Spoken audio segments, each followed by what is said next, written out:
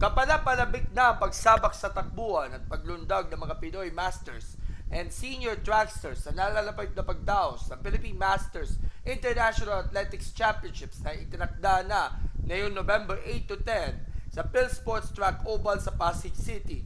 Nanguna sa aktibidad ang National Masters and Seniors Athletic Association of the Philippines o NAMSAP sa pangunguna ng Pangulo nito na si Mrs. Jolie Calarabal na nagsilbing isa sa mga guests sa press conference ngayong Merkules ng umaga sa Rizal Memorial Sports Complex kasama sina Directors Ben Alarcar at Judith Staples. Naroon din upang sumuporta sa Philippine Masters Games Association o Tandang Pinoy President Attorney Alberto Agra at Consultant at PSC Commissioner Bongku. Makikilaok sa 3-day athletics meet ang umigit kumulang 460 National Masters athletes mula sa 23 teams ng host Philippines, Singapore, Malaysia, Japan, India, USA, Canada at Italy.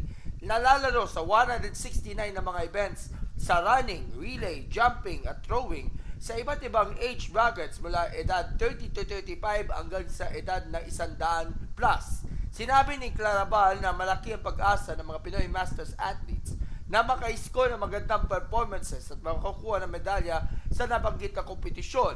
Inihikayat din niya ang mga nasa edad 30 pataas, lalo na mga senior citizens sa mga retiradong national athletes na mag-enganyo sa paglalaro ng iba't ibang mga sports upang masustain ang healthy lifestyle sa kanya na natitira pang mga taon sa mundo. Samantala, ikinagalak naman ni Attorney Agra ang partnership ng NAMSAP para maging main sponsor ng event ang PMGA o Tandang Pinoy na ilulunsad na ngayong buwan ng Nobyembre.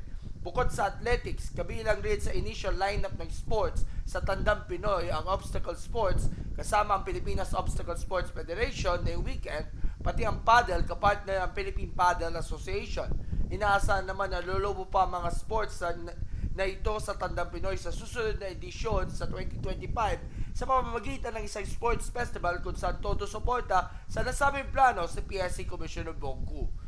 Mula sa Maynila, ito po si Gab Pereras para po sa Kadampan Digital.